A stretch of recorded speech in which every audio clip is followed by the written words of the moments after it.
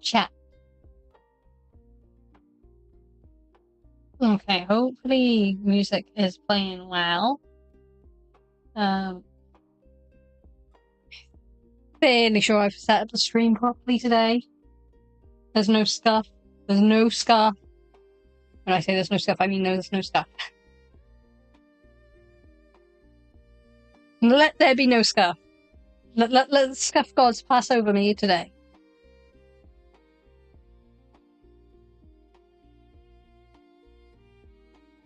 We do not want scuff. Okay, so I had an original plan for today, but I don't know how to progress that live. So we're doing reaction content instead, because that's so much easier to figure out. So I'm gonna catch up with some recommendations that my Discord users have given me. So we're going to react to the Fat Electrician again, because there's a couple of vids of his recommended to me, so going in blind here as usual. Hopefully you guys can hear me fine. I still have a cold. What day is this now? It's like practically 2 weeks. So day 14?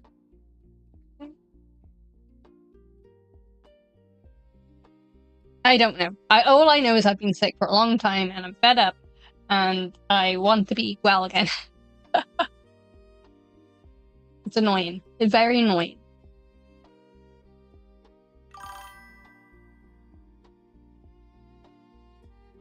Good evening, John. It is also New Year's Eve for me. I have nothing better to do. I don't go out drinking, so I'm choosing to spend it with you guys instead. although it's still fairly early, so we won't reach midnight unless, of course, we do a very, very long stream. I mean, if that is possible.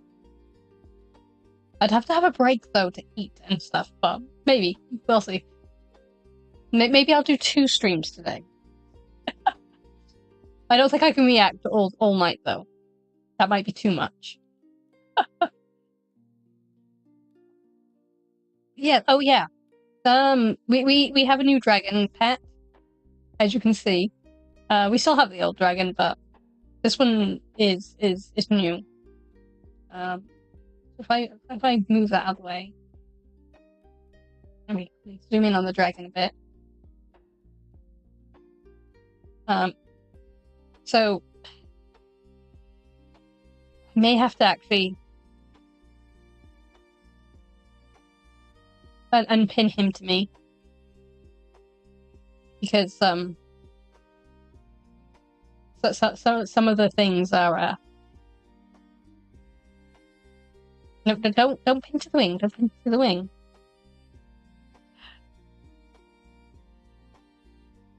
Because he's adorable. Don't pin to the wing.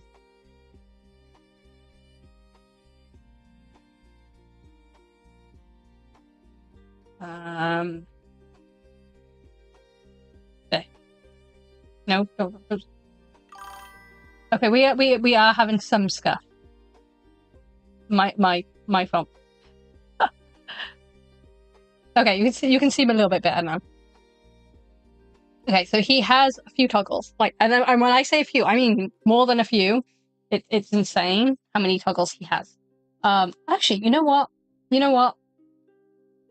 He's an actual model, so temporarily I am going to swap to him. I'm not going to use this as a model because he looks nothing like me. But he's so cute. Okay, so as you can see, he can lay down and sit. He also has a hoard of blankets and things. He also has a blanket that can go over him, which is super cute. We're probably gonna stick with being a shoulder pet because that's just adorable. He can also I'm gonna have to zoom out this fly,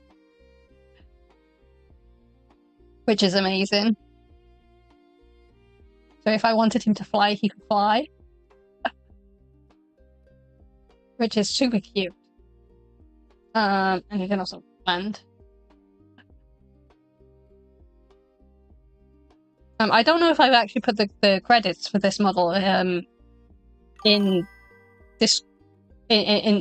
the description, so I may have to add it later. Remind me, chat. Remind me. So we have a lot of toggles.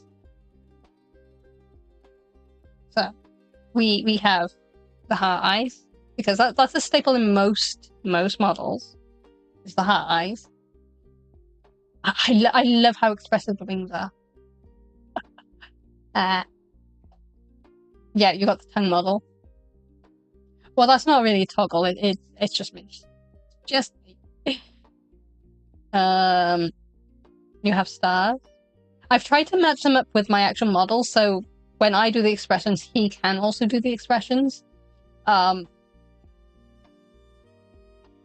we'll see, because not all of the ones he has, I have. So that's the thing.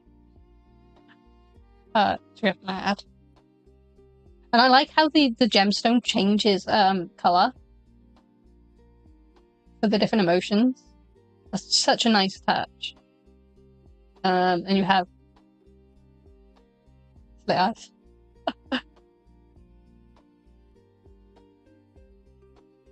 You have kawaii.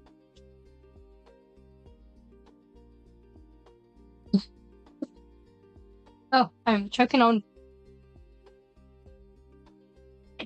thinner. Oh yeah, when it loses track, he also sleeps, which is very fun. Oh no, we did that one. I may have to zoom out for this one. So you can also have a cup of tea, because every British dragon needs a cup of tea. Even you know, he can also drink the tea, which is so cute. I'm gonna zoom back in again. We have this one. This is going to be the gamer face.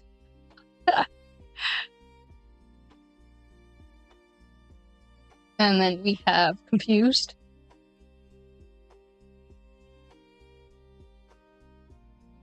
and fire eyes.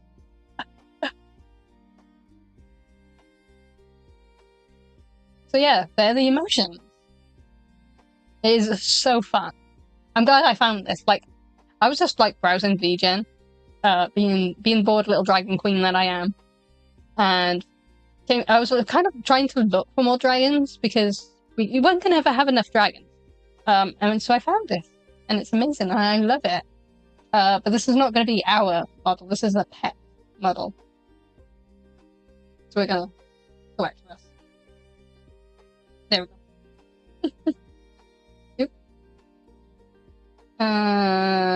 Let's try and remember what toggle he was.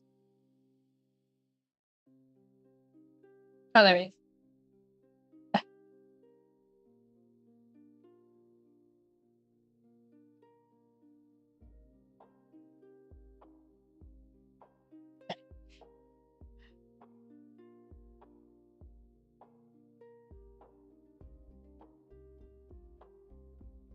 So yeah, we have a. Oops! I keep pressing that button. I keep pressing. So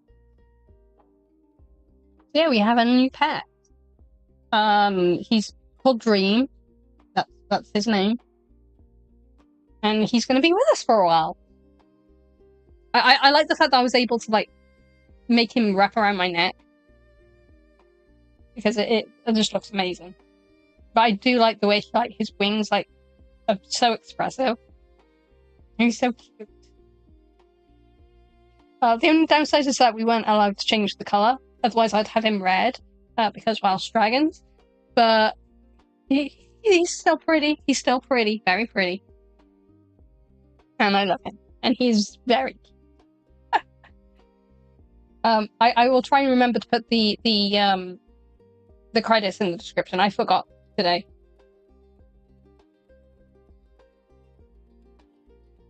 But I will remember. I will. Today we're going to do some live reactions.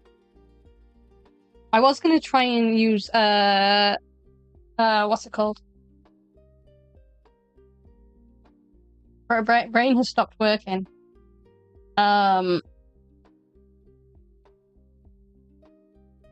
Poop chat. I think that's how you pronounce it. But I couldn't figure out how to do that live. Because in order to get it working, I kind of need OBS as a virtual camera. And of course then chat would show up there, and if I tried to split the screen or whatever, it would still show. Yeah, it'd be like Inception. So I'm probably going to do that offline and record that sessions, if people I match with are okay with that, of course. Because I think that might be fun. Maybe.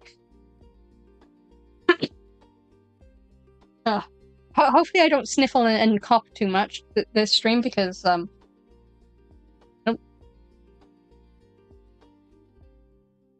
just wanted to move myself down, and instead I moved my pet. I was saying something. I can't remember what I was saying now. I'm fairly sure I'm a sim. Going into rooms and forgetting why I've gone in them. Starting to do something and then I'm forgetting what I'm doing.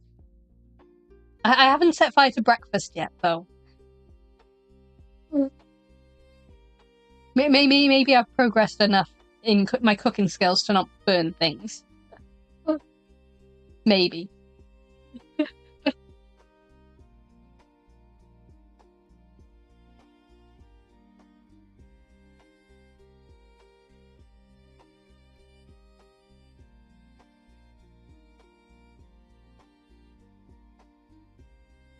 Right. So we're going to... You have something on your shoulder. Yeah, he's cute, isn't he? He's adorable, and I love him. His name's Dream. He's a dream dragon, according to his lore. Yeah, he has lore and everything. Let's see if I can bring it up. I'm fairly sure I saved the link.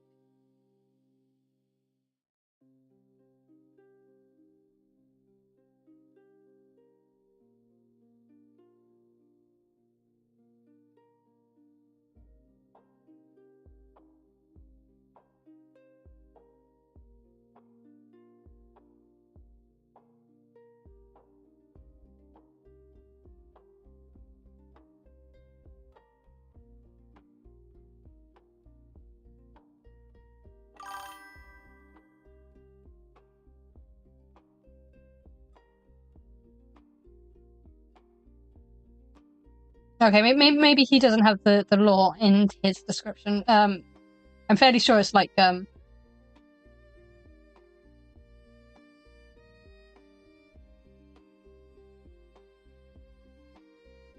did not mean to do that. Don't you dare play an advent now. No, that's okay. That's okay. I accidentally opened it in the same browser, same window instead of opening a different window. I'm an idiot. That's okay. Did I find it in the Dreamlands? Yes.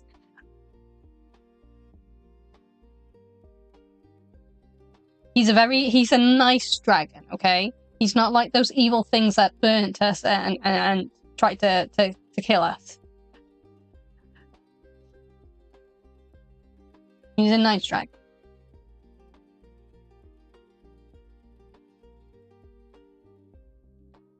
I am going to pause the music so then we can do some reaction.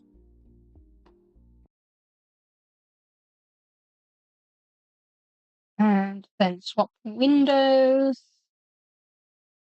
Oh, where am I? There I am.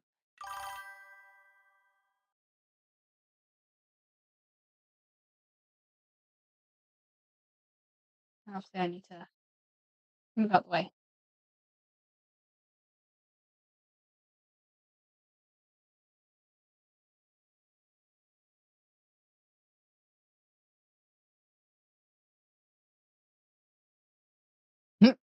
You heard the music.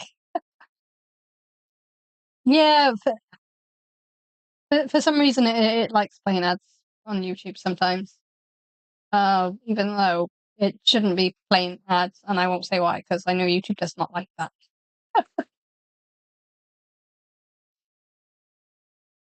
Lucky enough, that was a skippable one, so we were able to skip it.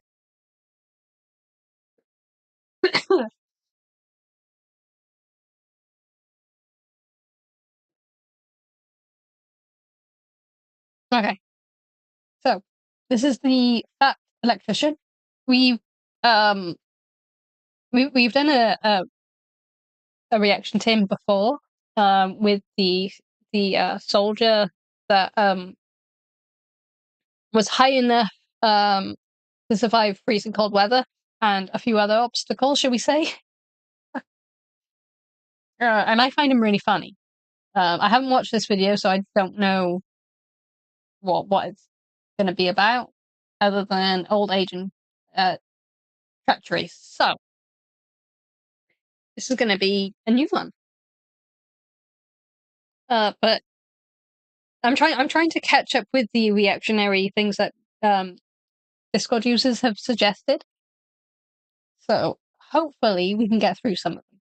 Maybe not all of them today, but definitely want to watch at least one. Then I don't know what we're going to do. So this is me in a nutshell. I don't plan. I just do. And then I forget what I'm doing, and crazy stuff happens. A lot of you probably already know the name Desmond Doss, and even more of you would remember it if I reminded you that he was the conscientious objector in World War II that refused to carry a weapon into combat. Despite that, he saved 75 men at Hacksaw Ridge as a medic. But what almost none of you have heard of is the experimental unit that he was a part of. Today Okay, so we're doing another war veteran. Okay. Okay. I don't mind that, because it's fun stories. Well, usually, if it's coming from this guy, it's fun stories. Or he makes it fun. I didn't hear a lot of wartime stories from my grandpa, but I know he used to be a mechanic in the Second World War. So hopefully I'll get some nice details from this story. Happy New Year, repressed memories, and thank you.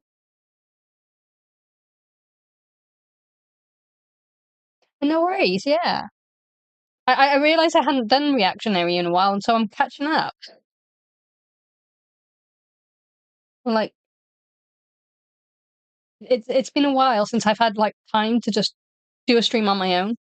No hate to talking about games, obviously, because I love collabing. I do.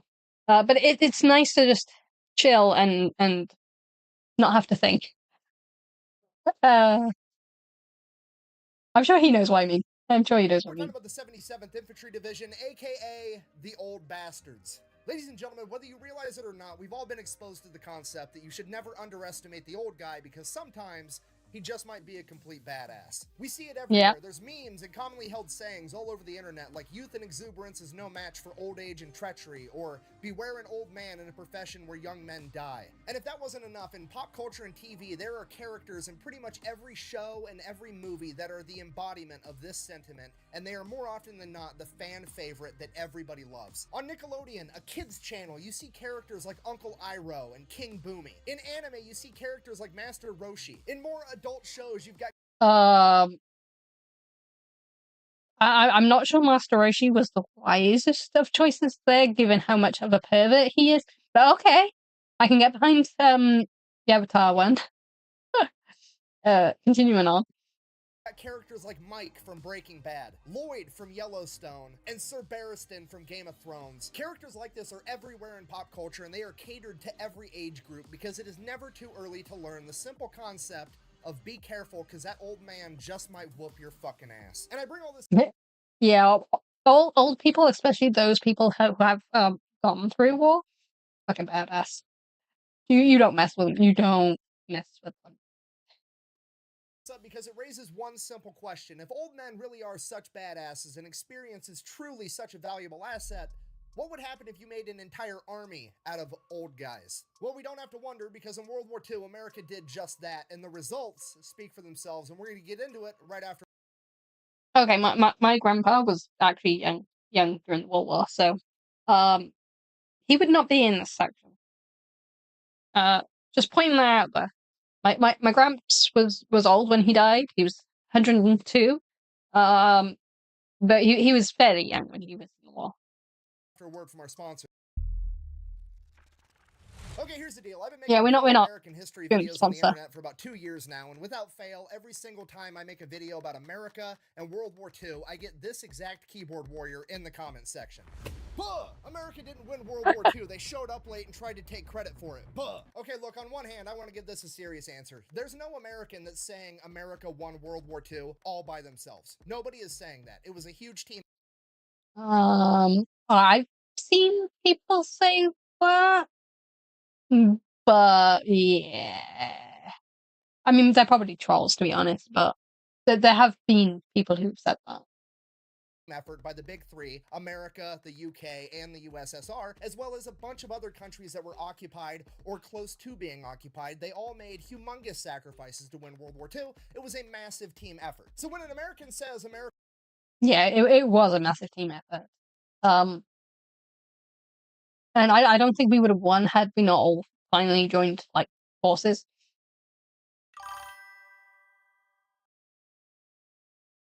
Yeah, he was a good egg, my gramps. He was a good egg. He was really handsome too when he was younger.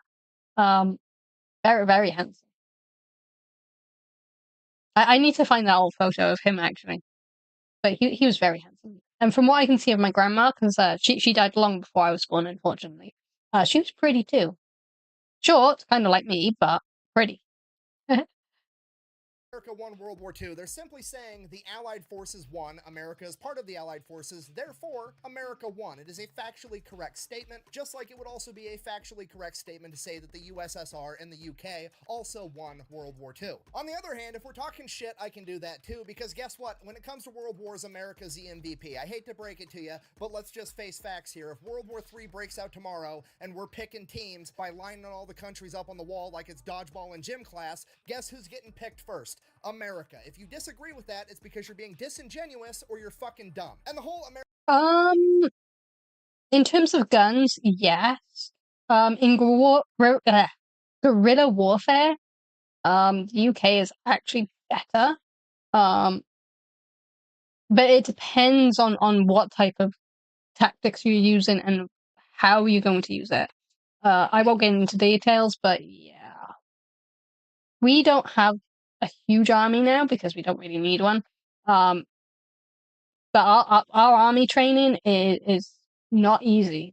I can't remember who was actually who it was, but there was someone who was who had an American like army dude try and complete our training, and they didn't fail, but they struggled because ours is like more intensive.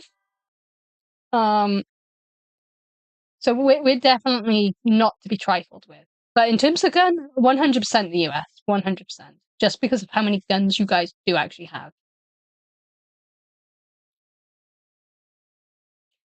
have. Still bitter over the Japanese for what they did. Well, here's the thing. You can definitely not agree with something someone did. Like, I don't agree with what the Japanese did either. But at the same time, history is history. You can't blame people that were not born for the past, the people who were born, who are probably long since dead. Or at least in terms of like First World War anyway. Obviously the Second World War, some people might still be alive. But you know what I mean. Like you can't blame people for the mistakes of past. As long as it isn't repeated, then we're good. We're good. But that's just my opinion. But I get it. I get it. Stuff that's still fresh in people's memories. I get it.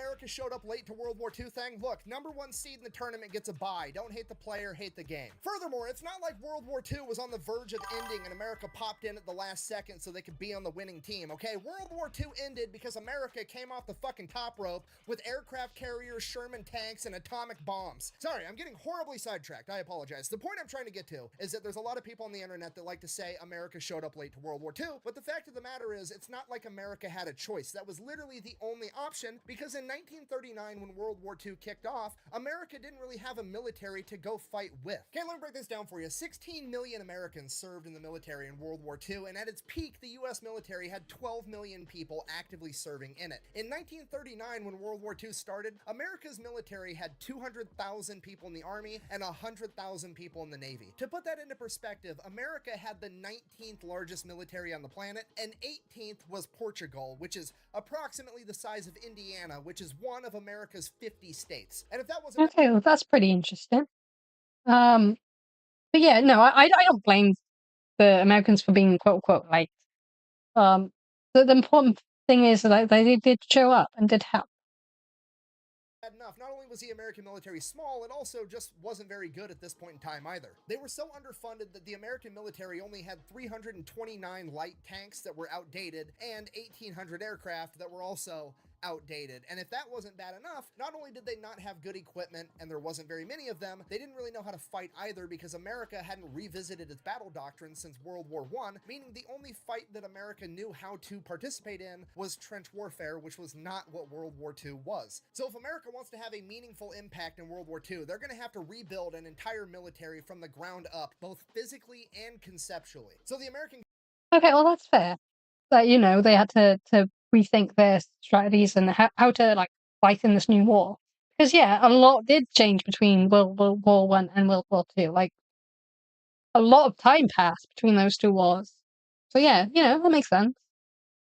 Government and the American military got to work on this right away in 1939 because they knew America was going to have to participate in this war whether the public wanted to or not. And hint, the American public wanted absolutely nothing to do with World War II from 1939 through 1941. At this point in time, the American public very much viewed World War II as a European conflict that America had no business getting involved with, and they wanted nothing to do with it. Despite that, the United States government started to institute a draft in October of 1940, forcing young men into the military to grow its military size, just in case. Fast forward about a year, December 7th, 1941, a day that will live in infamy, Japan attacks Pearl Harbor, committing the cardinal sin of fucking with America's boats, essentially flipping the American public sentiment of we don't want to be involved to cowabunga it is. In less than 24 hours on December 8th, 1941, the American government, Congress, has officially declared war on Japan. 3 days after that, December 11th, Hitler declares war on America, at which point all of America is pretty much like, I mean, you didn't touch the boats, but fuck it, you can get some too.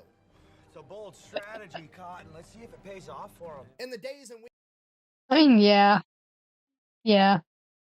You declare war on someone, they're gonna fight back. Like, that's just kind of like, what's the expression? Play stupid games, win stupid prizes. Weeks and months following the attack on Pearl Harbor, not only have hundreds of thousands of young men volunteered to join the United States military, but the draft would ramp up as well. The Army was growing so much so fast that they were activating and standing up new divisions left and right, one after another. And by March of 1942, these new divisions that were being stood up were almost entirely comprised of draftees. They had some officers and some NCOs that were assigned to stand up the entire division, but aside from that, all of the new guys that were coming in were all untrained new recruits that were drafted. And one of these first all draft... I mean, yeah, you can't expect, like, young, what is it? Is it 18 in the US? I know it's like 18 here, so I'm guessing it's like 18 there. Yeah, you can't expect them to be war ready, like, at that age. Like, it takes a lot of training. As I said, the UK's training, fucking impossible. But it is for me because of my asthma, but it's not easy. I don't know what the training's like for the US, but I imagine it's just as hard, just in different ways. Drafty divisions was the 77th Infantry Division. Now, I need you to understand how absolutely crazy this situation is. Standing up a new division is a humongous undertaking, okay? A military unit of that size, that's like 15,000 men. That is a living, breathing entity, okay? There's history, there's standard operating procedures, there's leadership, there's a way of doing things, and that way has probably been written in blood for years by the men that came before you, and you're just popping one up overnight. Okay, that's fucking crazy. Okay, let me explain this in a hypothetical so hopefully you can understand a little bit better, okay? Imagine that you showed up to work tomorrow. Let's say that you worked on an assembly line for Ford and you're building F-150s, and you showed up to work and they gave you and a couple of your buddies that you work with keys, and they're like, hey, drive across town. There's a big-ass empty building. I need you to go ahead and start another manufacturing plant. There's no machines. Figure out the machines you need, figure out what order they need to go in, figure out the new fucking car that you're gonna build, and figure out all of this shit, how you're gonna pay everybody, taxes, everything. Figure all of it out. By the way, the new workforce is coming in next week. None of them are fucking trained. You have to go ahead and train them on all the shit that you haven't even figured out yourself yet. Good luck. And if that wasn't... Training was definitely varies depending on what branch you're in. SEALs, Green Berets, Army Rangers, their training is nuts. Yeah, I can imagine. Like, obviously, we have different specs here as well, but I can't remember what section that video was for. I'll see if I can find it again one day. Because I just remember how amazing, like, how much, like, training that actually goes into it, and endurance, and it was just insane. I was like, I could never do it. I'd run out of breath within, like, minutes. I'd definitely be useless in a war. Hard enough, the 77th Infantry Division was a guinea pig division. It was literally an experiment. You see, the high-ranking military and the government were concerned, and they didn't know what it was going to take to win World War II, and they didn't know if they had enough young men, 18, 19, 20, 21, 22, 23. What if all of those young men got taken out, and we needed to rely on the older generation of men to go fight this war? They needed to know what these older men in their 30s and 40s and 50s would be capable of physically doing. I'm sorry, 30s? That's not old. No, bad electrician, bad. You're not the fat electrician, you're the bad electrician. No, No, 30 is young. 30 isn't even half your age. I mean, granted, back then, you know, I think, was it 80 or 70 was like the average. So we're definitely living longer now. My point is, but besides the point. No, you're gonna make me feel old. Stop. Doing on the battlefield, and they needed to get that data now so they had it in the future should they need it. So when they comprised the 77th Infantry Division, they basically gave them all of the old guys. Okay, the average age of a draftee in 1942 was 23 years old. The average age of somebody in the 77th ID was 33 years old. And bear in mind, that's the average. The oldest new recruit I could find in the 77th Infantry Division was 53 years old, and he was a World War I veteran. And some of you are probably like, yeah, 53 is pretty old, but 33 isn't that old at all. Why are you making a big deal about this? Okay, look, as far as joining the military at the age of 33, that's ancient. That's almost unheard of. I mean, think about it. You can join the military at 17 years old, be done, and have 20 years in service with a... Oh, okay. Is it 17 over there then? Okay. I'm sure it's 18 here. Okay, now I'm second guessing myself. Fairly sure it's 18 here.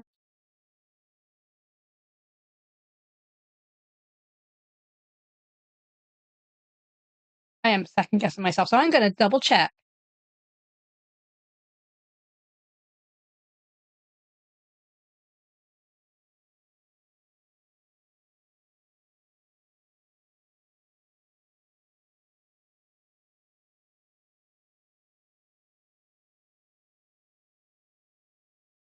Oh my god, I was wrong.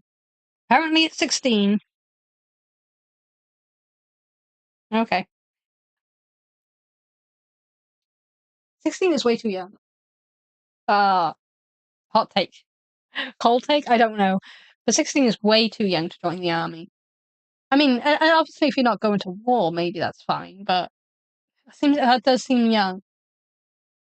Full pension at 37, 38 years old, and these guys are joining at 33. I mean, when I went through basic and AIT, the oldest guy we had was my buddy Flores. He was 28 years old, and everybody called him Graybush the Wise. So the point I'm trying to get across to you is like, yeah, it's really weird to join the military that late in life, but also, it's a good kind of weird, because every person that's been in the military ever, if you came up to them and asked them, hey, if you had to go off to war, and you could either...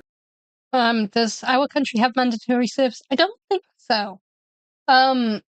Obviously, if we were at war, they might change it to mandatory, but I don't think it's mandatory right now. Fairly sure it's not. I will double check though.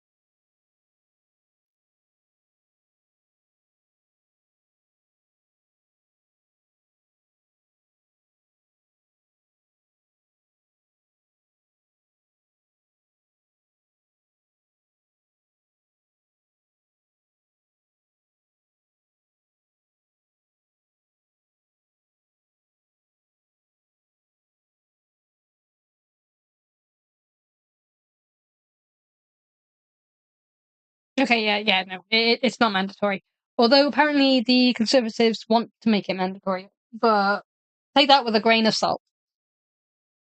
No, a pinch of salt. Sorry, a pinch of salt. My friend will be kicking me if she heard me say pinch of salt. So can stop proper grammar. But no, it's not mandatory. Which I didn't think it was. Go with a platoon of 18-year-old kids or a platoon of 30-year-old men, everybody's picking the 30-year-old men 100% of the time. Because you gotta realize, when these 18, 19, 20-year-old new recruits are coming in for training, half the battle is having the army, the drill instructors, come in and teach these kids all the life lessons that mommy and daddy never got around to while they were growing up as kids. They don't have to do that with a bunch of 30-year-old men. These guys have been out in the real world for 15 years getting their asses whooped by life and eating shit sandwiches. They're already with the program. I mean, yeah, that is kind of true. Although I do know some. I mean, obviously it would have been different back then because back then adults were adults.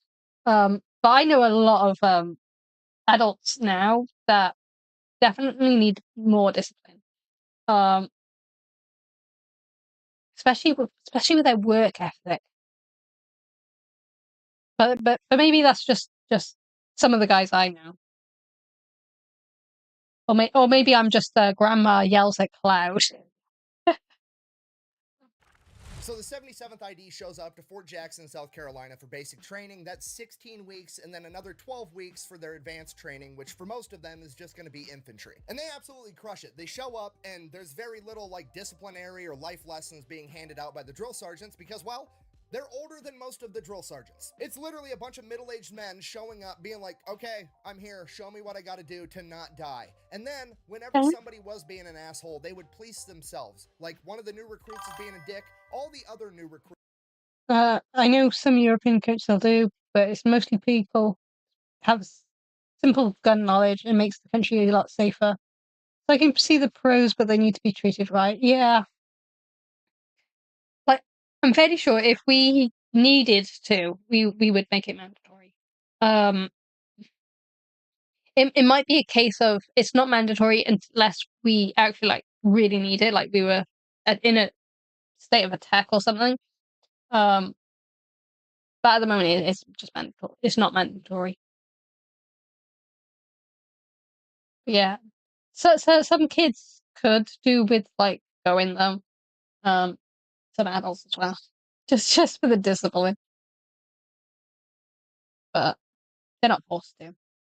Recruits would handle that issue internally before it even got to the drill sergeants because they wanted everybody squared away. So fast forward 2 months, they are on week 8 out of the 16 for basic training, and they are head and shoulders above all the other new training divisions. They are the best division they have. They are so good that when Winston Churchill came over from England halfway through their basic training, they were the unit that was selected to do a parade for Winston Churchill to show off how badass the American army was going to be. And Okay, that's interesting.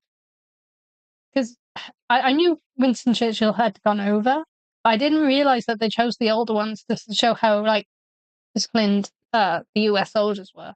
It's pretty cool. You never underestimate. I'm not going to call people old. They're not old, not by today's standard. Older, the older people. They're not old. I'll cry. I'll cry if I'm considered old in a chat. I'm gonna here's cry. what Winston Churchill had to say about it. Quote, "The faces of the men gave me the greatest and everlasting memory of the day. I have never been more impressed than I was with the bearing of the men whom I saw. The undemonstrative, therefore grim determination of the newly drafted bodies bodes ill for our enemies." So this experimental guinea pig unit of old guys is absolutely crushing it. They go on, they finish basic training. I don't have the exact stats, but it is documented that a disproportionately high amount of all of the 77th Infantry qualified as expert with the M1 Grand right out of basic training. From there, they go and they do their 12 weeks of advanced training, and they do a great job at that too. At this point, upper military is kind of looking at these guys like, okay, well, this is actually kind of working. Let's see what these old guys can really do. So they send them down to Louisiana for 8 weeks, and they're going to do a war game, the 77th ID going up against another new division that just got stood up, full of 23-year-olds. Literally, the old guys versus the new guys, youth and exuberance versus old age and treachery. We're gonna have a legit war game and see who outperforms the other. And when I tell you the 77th ID whooped that other division's fucking ass, it is a complete understatement. Oh my god, I almost died! I almost died, that was so scary! Okay, now at this point, it's winter in Louisiana. It's gonna be cold at night, especially considering they're not allowed to have tents and they're not allowed to have fires. They're just out there sleeping on the ground for 2 months doing this war game, going force against force. So, naturally, the 77th ID wants to play the mental warfare game and ruin it right out of the gate for these young kids. So, bearing in mind that it's winter and everybody's gonna be cold at night, the 77th launches a bunch of very aggressive ambushes. Yeah, that would put me out as well because I don't do well with cold. I'm a dragon after all. I'm not an ice dragon either. So yeah, I'd be screwed. I need a good cozy atmosphere, otherwise I shut down.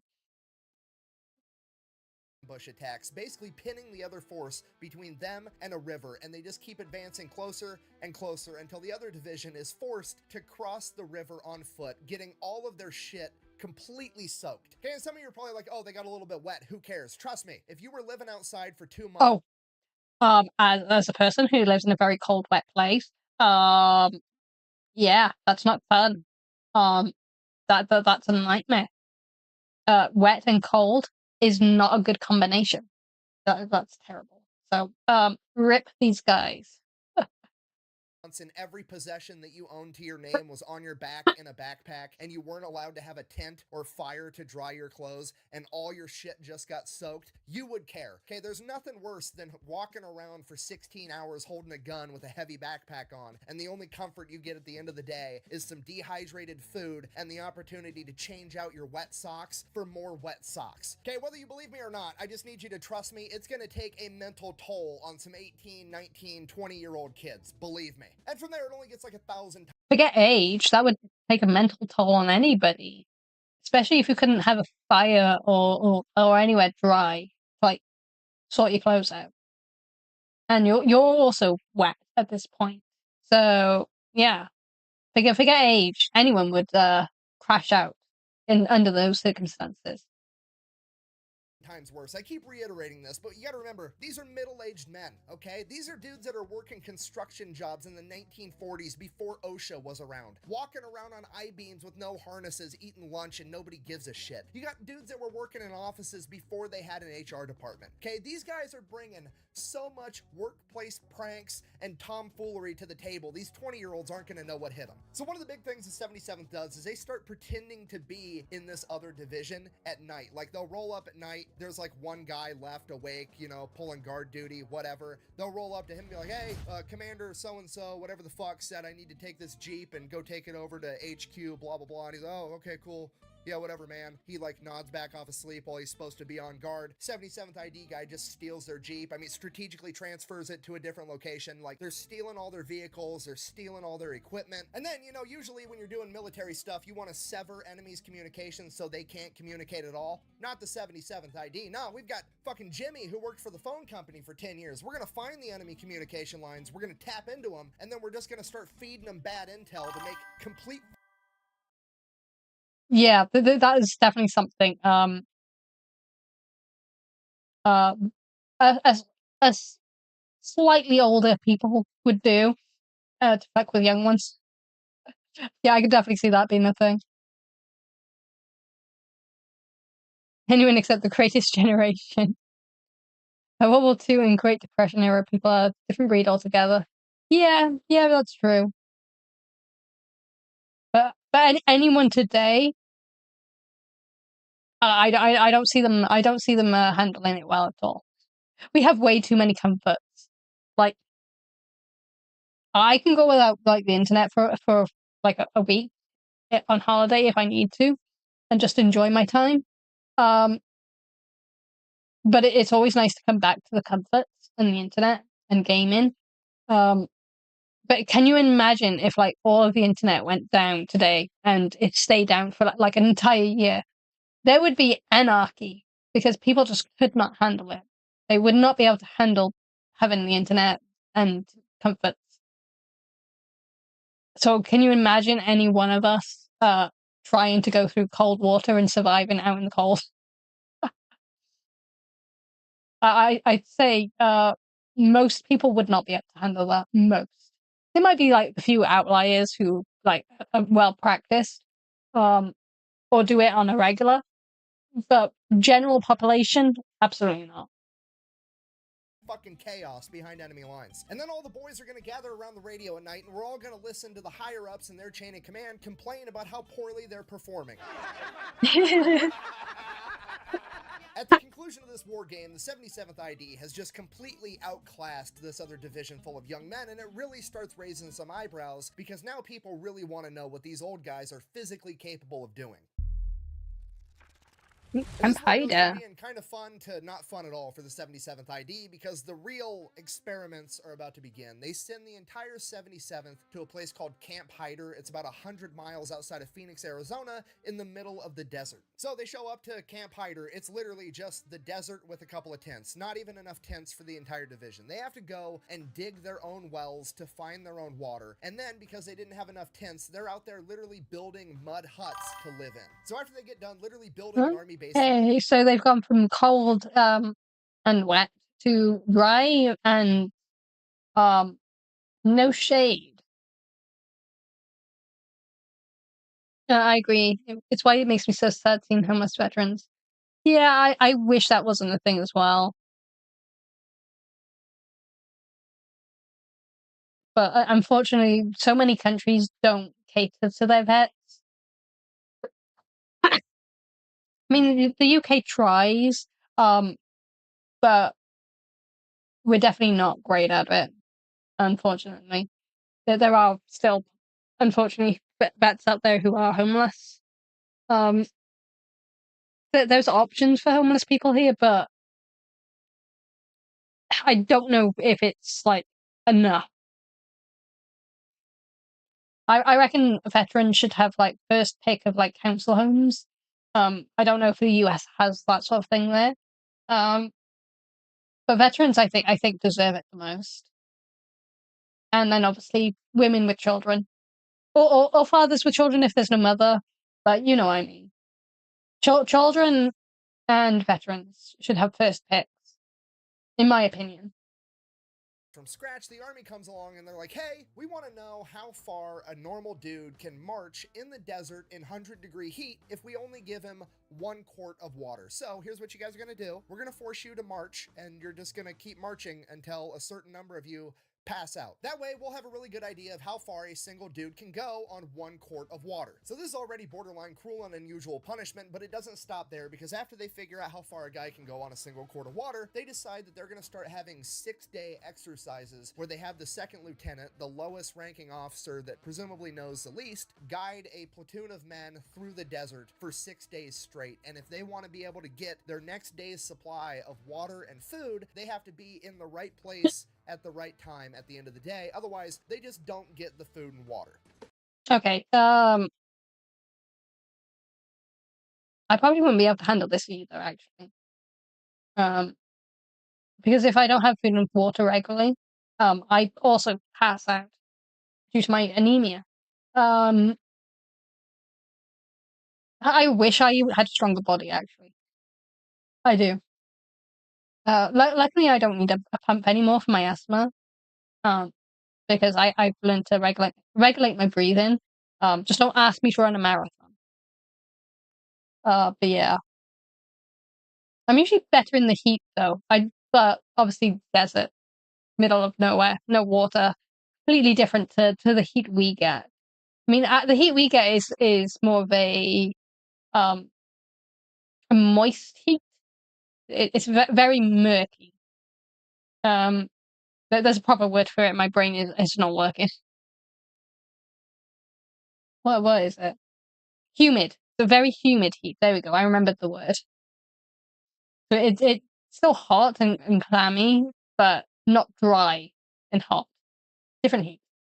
Although I did do really well in Tunisia when we were out and about. So maybe I would be okay, because that reached 40 degrees Celsius, which is, God, how much hot is that in the US?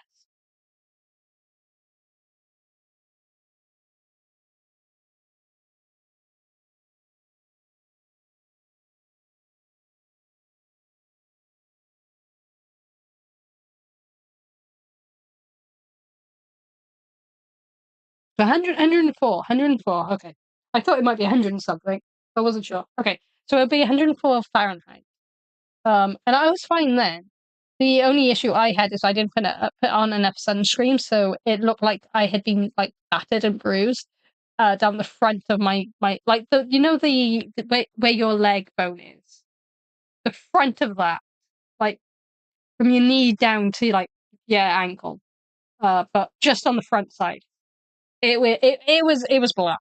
Okay, from where I didn't put the sun cream on properly in that specific location. So I had 2 stripes of just black burn where I didn't put on enough sunscreen. But I had the heat fine. I just was stupid and didn't put enough sunscreen on. So I think I want to say I'd probably be able to handle the heat better than I can the cold. But again, I would need, like, constant water. I wouldn't be able to go without water.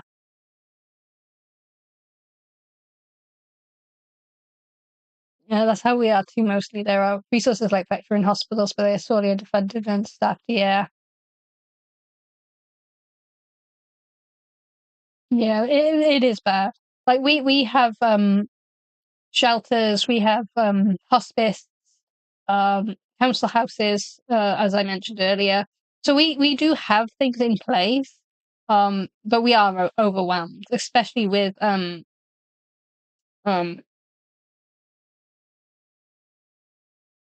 immigrants and yeah. I won't go too much into that because political stuff. Yeah, we have options. It's just underfunded and just not enough. Overwhelmed. Arizona an experience 116 Fahrenheit in summer. Yeah. See, I think I'd be okay in the heat as long as I stayed like sheltered and had enough sunscreen. Well, not sheltered, watered, watered. I sound like a plant. I swear I'm not a plant. I swear I'm not a plant. I'm a dragon. I'm not a plant. You thirsty, Stanley? Okay, they're literally doing some Hunger Games shit with their own troops. And for those of you that don't know, it's literally a running joke in the military that lieutenants suck at land navigation and always get lost. There's literally men that die from exposure and dehydration during this period at Camp Hyder from the 77th Infantry Division. And this goes on for 6 months. Yeah. Yeah, see, it's the lack of water that would do most people in. Like, you can't really fault them for that. That the 77th is out in the middle of the desert having experiments run on them. And after that 6-month period came to an end and they got orders saying they were going to move on to some other type of training, they decided that in true military fashion, they were going to put this behind them by utilizing a dark sense of humor. The joke was that their time in the desert was just as shitty as actually going to war, so they came up with their own medal, the Hyder Campaign Medal, to commemorate their time in the desert, that they would all wear on their uniforms as a joke. The ribbon of the medal was made out of a piece of sandpaper, and the medal itself was a broken thermometer.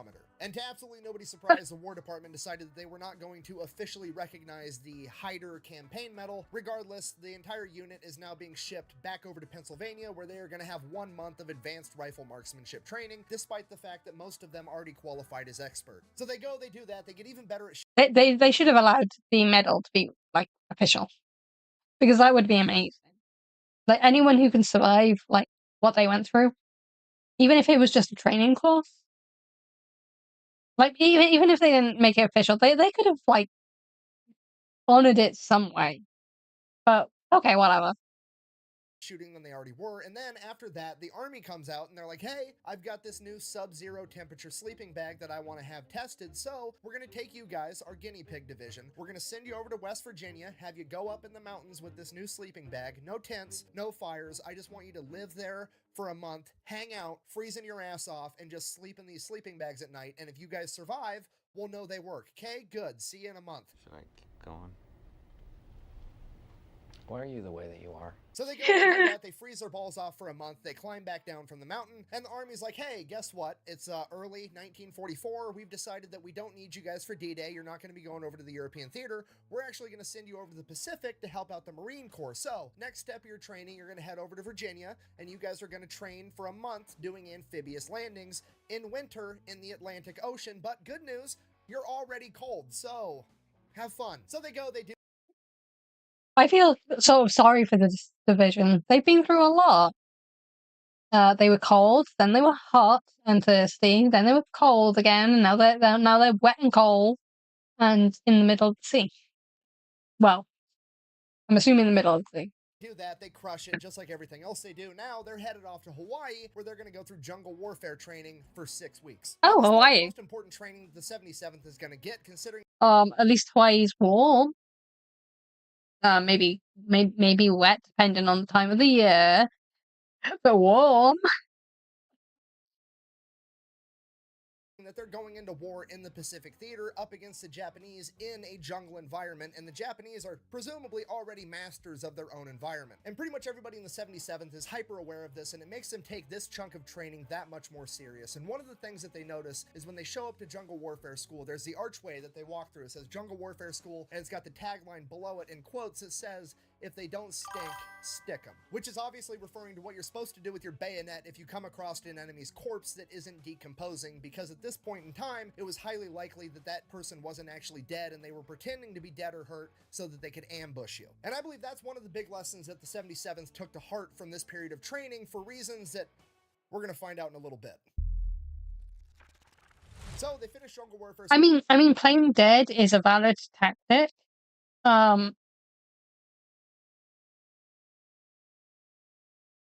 It's just a valid tactic. I don't really have much more I can say, but yeah, if you are struggling, play dead, and then ambush them. So it's a good tactic, okay? And that's it. They're going off to war in the Pacific Theater after over 2 years of training in multiple different climates, in multiple different terrains, all over the United States, spanning over the course of 2 years. This unit that is now on average 35 years old is headed to war. So July 1944, they show up and they're going to be helping the Marine Corps with the Mariana Islands campaign. This is a Marine Corps operation. They are running the show, and the man in charge is the Marine Corps General Holland Howling Mad Smith. And he has not been very impressed with the Army's performance so far, helping him with the first island in the Mariana Islands campaign, Saipan. During the Battle of Saipan, General Smith was so unimpressed with the 27th ID's performance that he actually had their general relieved of command and had a Marine Corps general placed in charge of an Army division. So General Smith is already not thinking very highly of his capabilities, and when he finds out that he is being reinforced with the 77th ID, a guinea pig unit that is comprised mostly of middle-aged men, he's not very happy about it. So they're getting ready to invade Guam, and General Smith's plan is to not send in the 77th Infantry Division as a singular fighting unit. He's going to split them up and basically use them for reinforcements. Like, if this unit over there lost a platoon, he's just going to take a platoon from the 77th, give it to those guys over there, and he's basically going to disband and piecemeal out the entire division, is his plan. And that's exactly what happens. For the amphibious landing on Guam, they take some of the 77th ID platoons, they give them out to some of the Marine Corps units, some of the other Army divisions,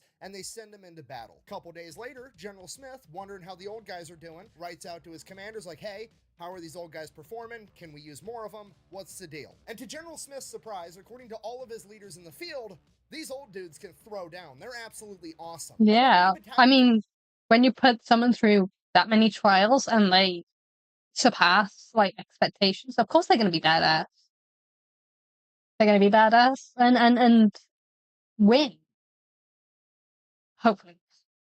Well, obviously we know that these guys win, but generally.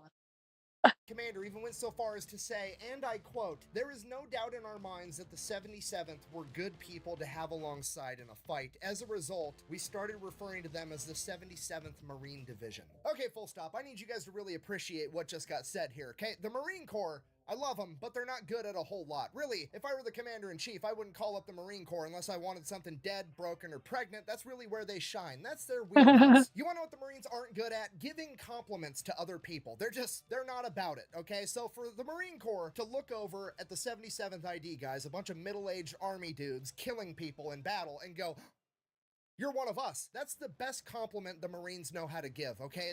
It's a huge deal. This is the equivalent of the Jedi Council giving you a seat on the council and giving you the rank of master. This is unprecedented. I mean, yeah. When you're not expecting people to be that good. I'm glad they got the recognition that they deserve. Appointment lightly. The council does not. You are on this council. We grant you the rank of master. What? Take a seat, Master Skywalker. What? So when General Howland Smith reads this, he's like, damn, okay, well, if one of my battalion commanders thinks that these are Marines, I'm going to treat them like Marines. I'm not piecing out the 77th Infantry Division one platoon at a time anymore. I'm going to send in the entire division on the Marines' right flank. So pretty much immediately, the entire 77th Infantry Division is sent in, and they make an amphibious landing on the beach on the Marines' right flank. 15,000 middle-aged men from the East Coast rolling up in amphibious tractors, getting out with M1 Grands and Tommy guns. I know life expectancy was low then, but it's still bugging me that he's saying middle-aged. I'm not middle-aged. Not yet. I feel so old. Chat.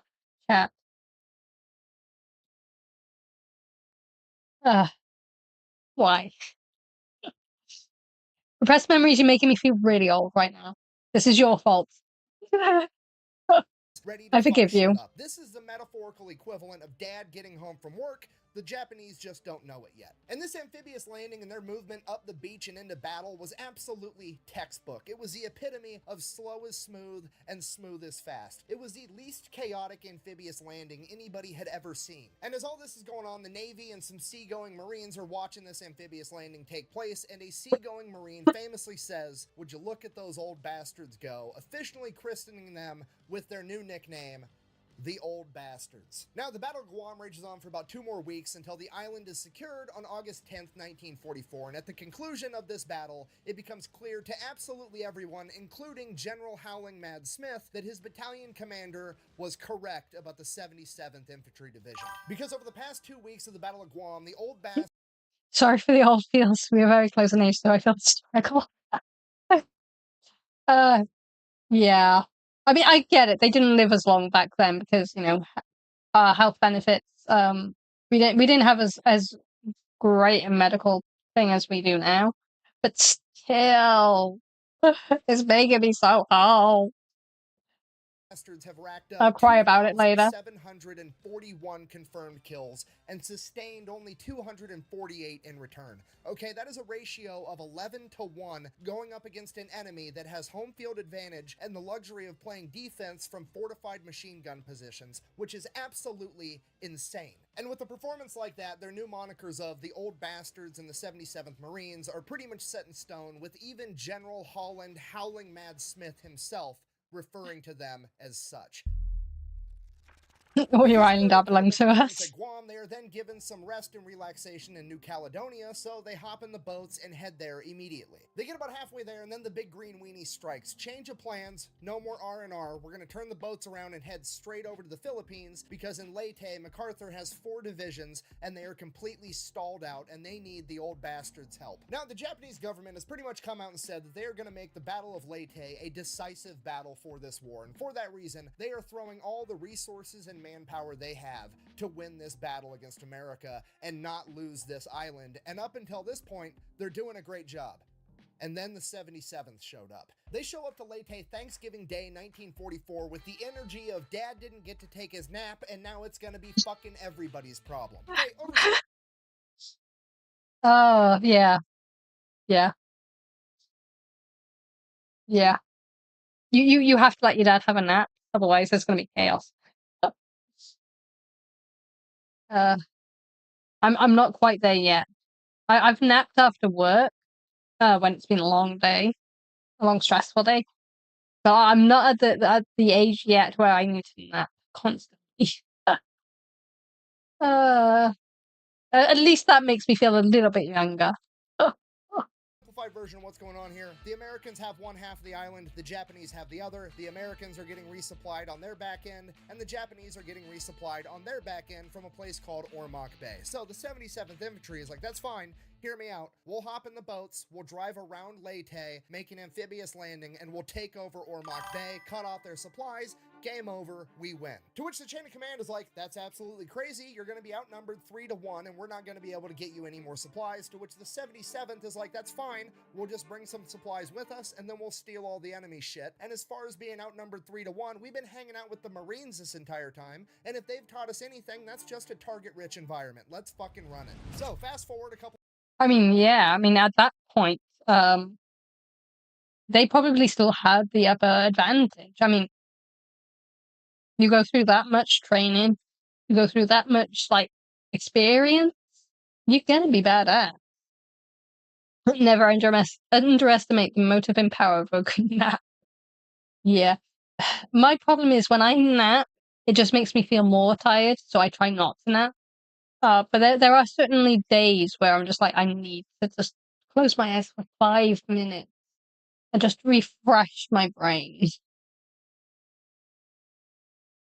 couple of days, December 7th, the 77th ID makes an amphibious landing in Ormoc Bay. They catch the Japanese completely off guard, take over the entire thing, get their entire division into the bay in 35 minutes. Then they start bringing in That is artillery really and badass. M10 tank destroyers. So they get everything squared away, they establish a defensive perimeter, also known as a beachhead. Then, first thing tomorrow, bright and early, they're gonna start kicking ass, right? Right, everything's great. Couple hours later, guess who shows up? A Japanese landing ship full of Japanese troops, not having gotten the memo that America runs Ormoc Bay now. So the old bastards, under the cover of night, aim all of the artillery and the M10 tank destroyer at this ship as it gets closer and closer, getting ready to offload its barges full of troops and more supplies. The ship gets as close as it's gonna get, it sends out its first barge, and the old bastards just wait patiently as the barge gets closer and closer. And as it gets within 50 feet of them, they open fire with the 50 caliber machine guns, pretty much sinking it immediately, as the man on top of the M10 tank destroyer yells out,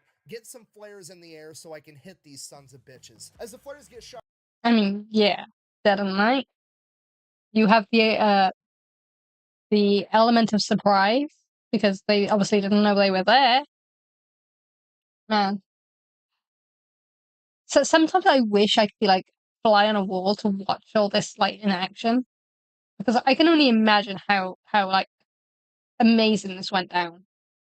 shot up, the enemy ship is illuminated as the artillery and the M10 open fire on it, sinking it in a matter of minutes. According to the 77th ID's unit historian, this is believed to be the only time in World War II history where an infantry unit has successfully sunk an enemy naval vessel. So they're already off to a great start, and what happens next is described by an observer from the War Department as a divisional epic. Over the course of the next 8 weeks, the 77th goes on an absolute rampage, taking over 3 cities, an airfield, and securing 43 miles of main supply chain roads, okay? It's not a big island. There's not that many roads. They've basically taken over all of them. And the entire time they're doing this, they are acquiring enemy supplies, everything from food to vehicles, and anything they don't use, they destroy. And they're not just out there stealing all the enemy shit. They're out there giving out death certificates like they're Oprah Winfrey giving out cars, because during this period, they are credited with 19,456 confirmed kills. In return, they suffered 543 Americans killed in action. That's a lot. I'm not trying to diminish that.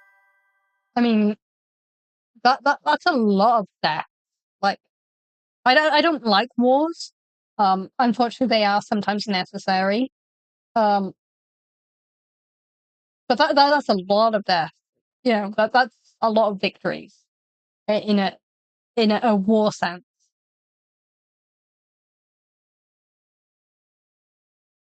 Oh, man, Battle of Troy, that'd be amazing to watch. Yeah. There's some Welsh battles I'd really want to watch as well. So much of that lore though is only verbal, so who knows how much of it was like went down exactly how it's said to have gone down. But man, I yeah, some of the old battles would probably be really, really good to watch. That in any way, but it needs to be said that that is a 36-to-1 ratio, okay? 19,000 to 500 is an ass whooping and a half, and this would be studied at Fort Benning by the Advanced Officers Training Program for the next 40 years on how to conduct a clinical, textbook-level ass whooping. This 2-month-long rampage would bring an end to the Battle of Leyte, with America securing the island, and the 77th would immediately be shipped over to begin preparations for the Battle of Okinawa. So they get to the staging area for the Battle of Okinawa, at which point they are informed that there is a small island chain known as the Karamaretto Islands. It is 15 miles off the coast of Okinawa, and the chain of command believes that they are going to be of strategic importance, and the 77th has to go clear them out. Now, the Karamaretto Islands is made up of 4 main islands, and the old bastards decide that they're going to take all 4 of them at once, because apparently they're in a hurry. So that's what they do. They launch an amphibious landing on all 4 islands at the exact same time. Some of the islands they take over with 0 resistance whatsoever, and the other islands they face very, very little resistance. And for a second, it was so easy that they were kind of thinking maybe they just wasted a bunch of time and resources capturing these islands anyways, but upon further investigation, what they found was a fleet of 360 hastily made boats that were filled to the brim with explosives that the Japanese were going to use in a kamikaze-style attack, but instead of planes, they were going to be driving explosive boats directly into American ships, during the main invasion of Okinawa. So being able to prevent the enemy from using these... Okay, so that was a lucky, like, thing then, that they did, like, stay and explore and find these boats, because otherwise, things would have gone a lot differently. Like, can you imagine? These weapons during the invasion of Okinawa made this entire mission completely worth it. Fast forward a couple of days, April 1st, 1945, Easter Sunday, the Battle of Okinawa begins. It is 2 Marine divisions and 4 Army divisions making the initial landing, and the 77th is not one of them. They are being held back in reserve. And just to be clear, they're not being held in reserve because the chain of command thinks that they're the second string backup guys. They're being held in reserve because they have the reputation of being the problem solvers, and they want to save the 77th until they diagnose where the real problem's at, and they're going to send the 77th in then. Pretty much immediately after the invasion of Okinawa, it becomes very clear to the chain of command that they missed a nearby airfield. There is a small island neighboring Okinawa known as Lishima, and on that island there is a Japanese airfield, and that airfield needs to go away. Problem is, that airfield is being guarded by 5,000 Japanese soldiers that are very well dug in, and they are not about to give up without a fight. So, they send in the 77th. The old bastards make quick work of it, securing the entire island of Lishima in 6 days, with none of the Japanese willing to surrender. Virtually all of them were killed in combat, approximately 5,000 enemy soldiers, with the 77th losing 258 men in return. And while the old bastards are securing Lishima, the Battle of Okinawa is still raging on. It is one of the bloodiest, most hard-fought battles in American history. The island is being guarded by over 100,000 Japanese. One thing I really want to find out is, how did ancient people fight with guardless swords? I have no idea. Like, I'm guessing they would have had a lot of training. But that is, yeah, I would love to know that as well. And just thinking about sword fights excites me. I actually own a couple of swords. One's a parry sword, and then one's a main sword. I think I got the parry sword in this room. The main sword is in my spare room, though. Hidden away, so kiddies can't touch it. Because I had no room. I've only got enough room on my shelf for the one. And I didn't have enough room for the larger sword. So I had to make do. Soldiers with hundreds of heavy artillery pieces, thousands of mortar positions, and fortified machine gun positions. They have the high ground and they have underground tunnel networks. This entire battle is a fucking meat grinder. The entire island of Okinawa is an enormous problem and nobody is having a good time, but one of the most problematic areas is a 100-foot high cliff face where the 96th Infantry Division has been absolutely shredded. This place is known as the Escarpment, or as it would later become known. Yeah, see, this is why it's hard to, like, attack the UK. Oops, didn't mean to pause then. We have a lot of cliff edges like this. And a lot of hills.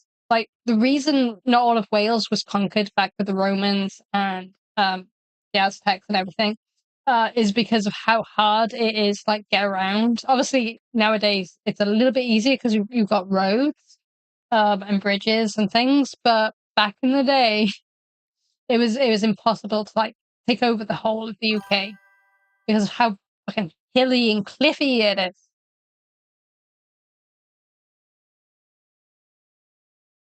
is. People keep saying shields to do the defense, but what if your shield got whacked? Yeah, there's this person I watch now and then when I'm doom scrolling, and he was going through, like, different weapons and stuff, and how you can, like, use different weapons, like, if you don't have a shield to, like, block and stuff. Amazing stuff. I can't remember his name now though, but he does a lot of pole tricks. So, like, he uses the pole to, like, go upside down so he can shoot his bow and arrow and stuff. You might have seen him online. Amazing stuff. So I imagine something like that. Because he was showing, like, different like, long weapons, short weapons, and how you can, like, still block even if you don't have a shield. Pretty cool.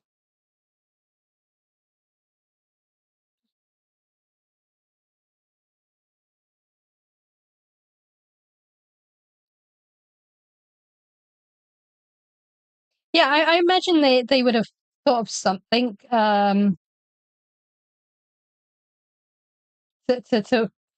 get past the brittleness.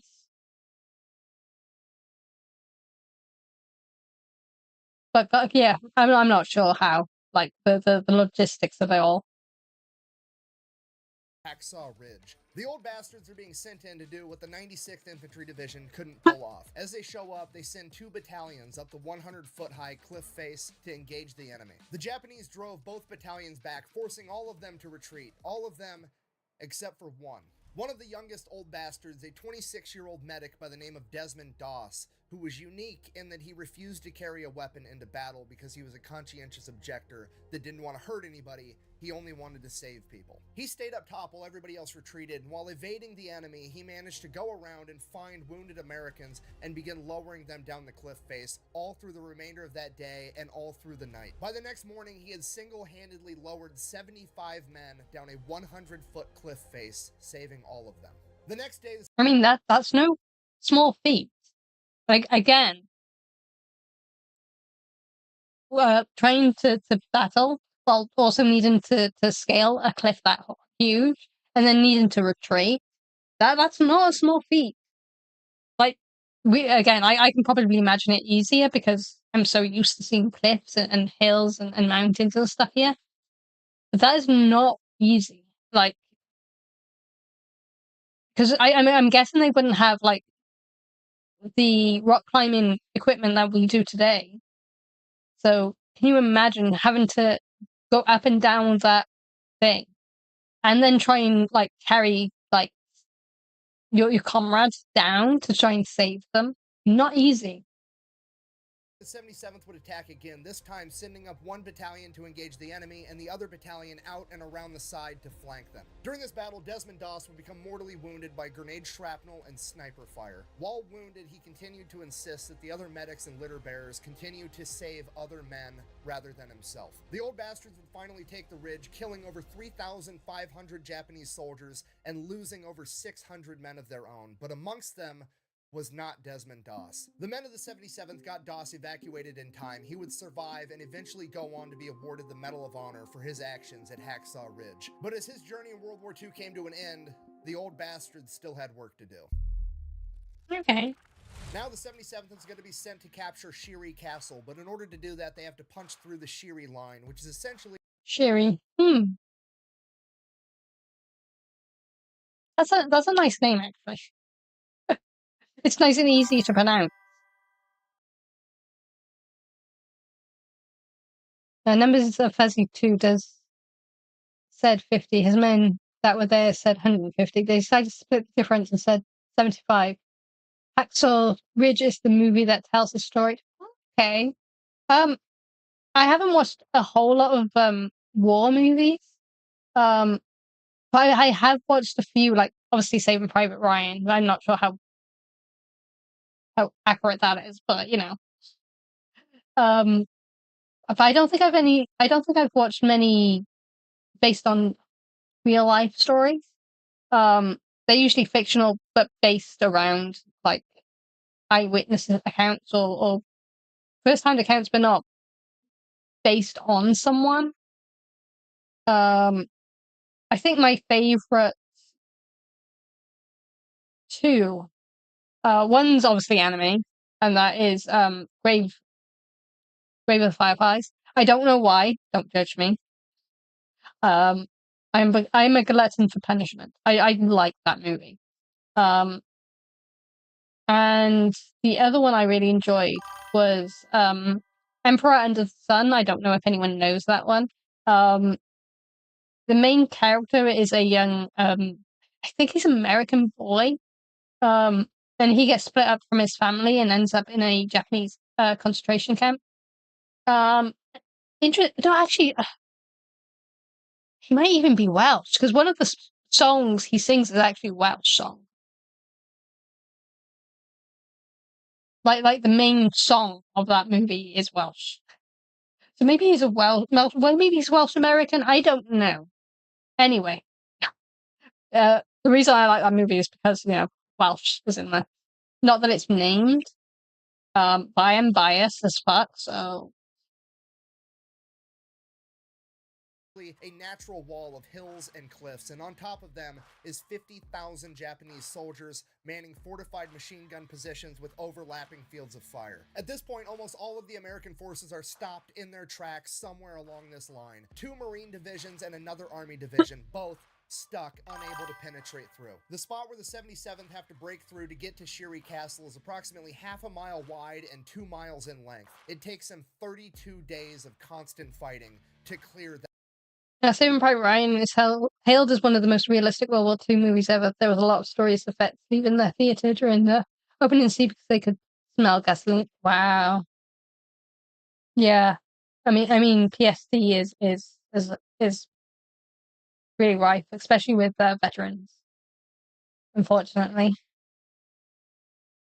That 2 miles. During those 32 days and in that single plot of land, the Japanese forces suffered 14,000 men killed in Wow, that's a action. All lot. of the American divisions managed to break through the Shiri line around the same time, and the Battle of Okinawa would rage on for a little bit longer, but the Shiri line breaking was the last major defensive maneuver that the Japanese were able to do. Everything after that was small-scale skirmishes, and this would rapidly bring about an end to the Battle of Okinawa. After Okinawa had been secured, the 77th would receive word that they are to be shipped back to the Philippines, where they are going to be retooled, refitted, and receive a bunch of new guys to replace the men that they had lost, and they are going to be the only combat unit that was present in the Battle of Okinawa that is also to partake in the first wave of the invasion of mainland Japan. Which is probably the shittiest compliment imaginable. Hey, you guys did such a great job that you get to do it again. Luckily, however, after arriving to the Philippine island of Cebu, the 77th ID would receive word that America had utilized a new type of weapon by dropping an atomic bomb on Hiroshima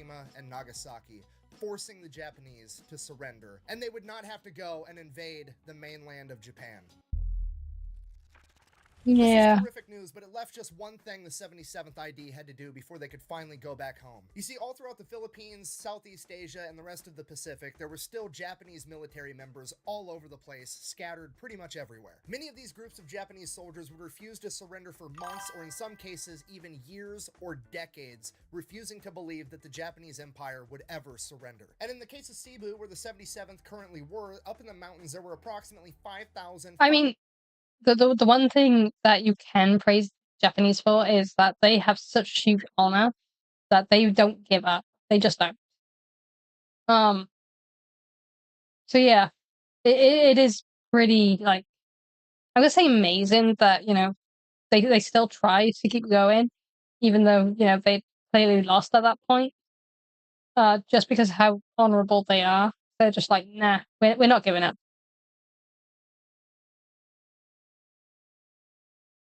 500 Japanese soldiers. Fortunately, they were willing to surrender because they got orders directly from the emperor. Unfortunately, they were willing to surrender to literally anybody except for the old bastards. Bear in mind, in the Philippines, these Japanese soldiers hiding up in the mountains in Cebu are the remnants of what was left after the Battle of Leyte, when the 77th went on a 2-month-long rampage, destroying everything. Now, to be fair, we don't know for sure why these guys were willing to surrender to literally anybody except for the old bastards. Maybe it was because they remembered a bunch of middle-aged men with a blue Statue of Liberty patch on their shoulder whooping their ass, and they just didn't want to surrender to them, or I have an alternative theory. You see, along this entire journey, the 77th has not only gained a reputation for being extremely effective in combat, but they've also gained a reputation for kind of sort of not really taking a whole lot of prisoners compared to everybody else. Now, bear in mind, this is the Imperial Japanese. Not many of these guys got taken as prisoner because they would rather die in combat than lose their honor by surrendering. Despite that, Yeah. of all the POWs that were taken, the 77th somehow managed to take on the least. You know what? Let me just read you guys the stats and you can come to your own conclusions. For all of the Pacific Theater across all branches of the U.S. military, approximately 50,000 Japanese POWs were taken. That is a ratio of 44-1. For every 45 enemy soldiers that the American forces came up against, 44 of them were killed in action, and 1 was taken prisoner. The 77th Infantry Division, on the other hand, only managed to take 358 POWs, which is a ratio of 122. The so-called Japanese spirit, too bad it didn't match up to American firepower. Yeah. Yeah. Unfortunately, spirit can only get you so far. Like, it's amazing how honorable and determined they were, but again, against firepower, I'm just like, it's not enough. unfortunately. Or fortunately, depending on how you look at it. To 1. And it gets way worse if you want to talk about the Battle of Okinawa in particular. During the Battle of Okinawa, all of the US forces combined took a total of 10,801 Japanese prisoners of war. That is a 10-to-1 ratio. Of those 10,801 POWs taken by the US forces at the Battle of Okinawa, the 77th ID was responsible for 58 of them at a ratio of 278-to-1 compared to the U.S. Armed Forces ratio of 10-to-1. Okay, now to be completely honest, I have no idea why it's like that. Perhaps it's because the old bastards displayed exceptional rifle marksmanship. Maybe it's the fact that they took the jungle warfare lesson of if they don't stink, stick them to heart, and they followed through with that throughout the entire war. Either way, the fact of the matter is they've developed the reputation that they don't really take prisoners, and now there's 5,500 Japanese soldiers hiding up in the mountains that are too scared to surrender to the 77th ID. And they need. I mean, if you knew the statistics of how likely you were going to die to this one squadron, yeah, I can see why, they wouldn't want to surrender to that particular squadron. 100%. Like, at that point, you're like, nah, I'm probably going to be dead if they come, so just send us anyone else. Need them to surrender so that they can finally go home and mow their lawn after like 4 years. You always start before everyone wakes up, including roosters. What the? Hey, shut up! You shut up! So the leadership of the 77th sends it up the chain of command, hey, you're going to have to get some other unit out here to accept this surrender because they're willing to surrender to anybody except for us. To which the big army is like, just fucking figure it out. No, I'm not sending another group of guys out there. Get them to surrender one way or the other, make it happen, chop chop, hurry up. Now the obvious answer is to just practice classic American diplomacy where you show up with a gun and a sandwich and ask them which one they would prefer and let them know that both is an option. The old bastards, on the other hand, have an even better idea. They are going to close this saga out the same way they opened it up by pulling some schoolyard bullshit and tomfoolery. So here's what they come up with. A lot of the new reinforcements that they were getting weren't old guys anymore. It was just whoever the army had. So it was 18, 19, 20-year-old kids. So they took them, had them take the blue Statue of Liberty 77th ID patches off their uniform, and they're going to send them up the mountain, have the Japanese surrender to them, separate them from their guns right there, and march them down the mountain. So that's exactly what happens. They start marching the Japanese down the mountain. Japanese are happy because they've gotten to surrender to literally anybody except the old guys with the blue Statue of Liberty patch on their shoulder. And then they get to the bottom of the mountain where there's a bunch of old guys with the Statue of Liberty patch on their shoulder. So the Japanese promptly shit their pants thinking that they're all about to die, at which point the 77th is like, look, calm down. We don't care. We're not going to hurt you. I just need you guys to get on the boats so we can ship you off to wherever the army wants you so that we can then get on our boats and we can go home because we're sick of this shit. And that's what happens. That's it. The 77th goes back home, the unit gets deactivated, and everybody lives happily ever after. So in conclusion, that is the story of the 77th Infantry Division, aka the old bastards. A bunch of middle-aged men originally seen as nothing more than a bunch of guinea pigs whose only meaningful contribution to the war effort could be to collect data points and run experiments on, that would somehow go on to become one of the most effective fighting forces the world had ever seen. They saw combat in the Pacific Theater for 11 months, and during that time, they would lose 2,100 men, but for every old bastard that fell on the battlefield, he would take with him 22 enemies. The 77th was credited with 43,651 confirmed kills during this time period. They were the busiest army division in the Pacific Theater, and they were the only army division that was declared to be Marines by the Marine Corps. For this, the members of the 77th were awarded 6 Medals of Honor, 19 Distinguished Service Crosses, 2 Distinguished Service Medals, 335 Silver Stars, 22 Legions of Merit, 25 Soldier Medals, 4,433 Bronze Stars, and 16 Distinguished Unit Citations. Seriously, this is one of the best stories and one of the funnest things that I've ever got to research.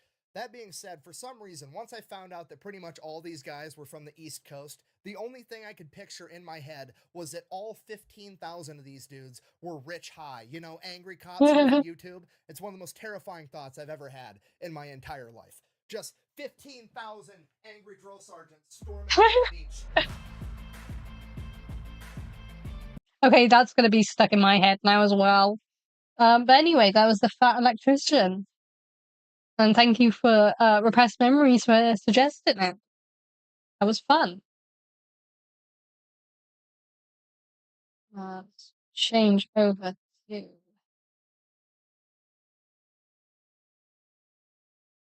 one. Whee. Oop. I need to stop pressing that button.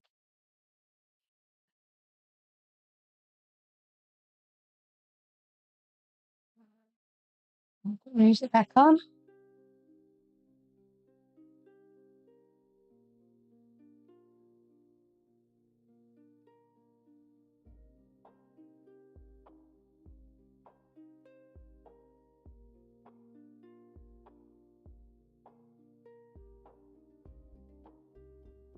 Oh well, Elvira is live. Okay, so I'm gonna take a break here. And then I might go live again in a bit to play some games. I don't know what I'm gonna play yet. But I need a break. I need something to eat. I need to rest my legs. Stretch my legs, not rest my legs. Stretch my legs. Good lord. But no, that was an interesting video. Thank you. Oh, enjoy the birthday party and wish whoever is a merry birthday, a happy birthday. Good lord. I've lost the plot. When Vroid happens. There we go.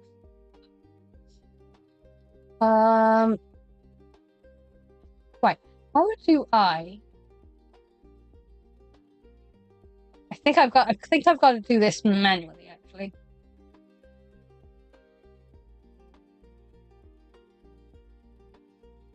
So actually, let's pause the music for 2 seconds.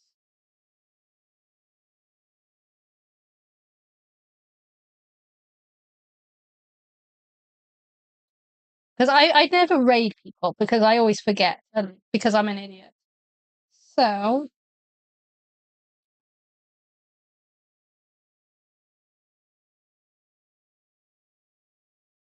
we are going to raid this person, Elvira. We've collabed with her before. She's amazing. So show her love. Because if you don't, I will eat you because you taste good with ketchup.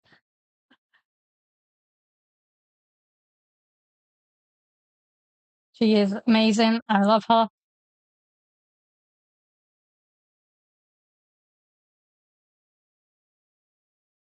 So yeah, raid her, guys. Raid her.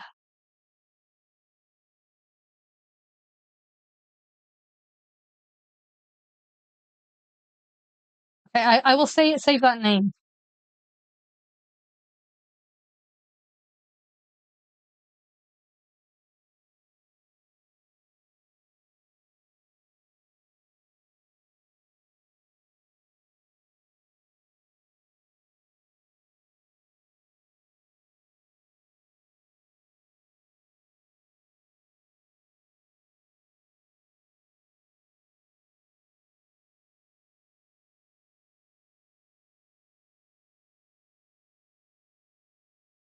Okay. I've saved that name to look at up later. Yeah, raid Elvira. Because I'm going to go now. And she deserves your love.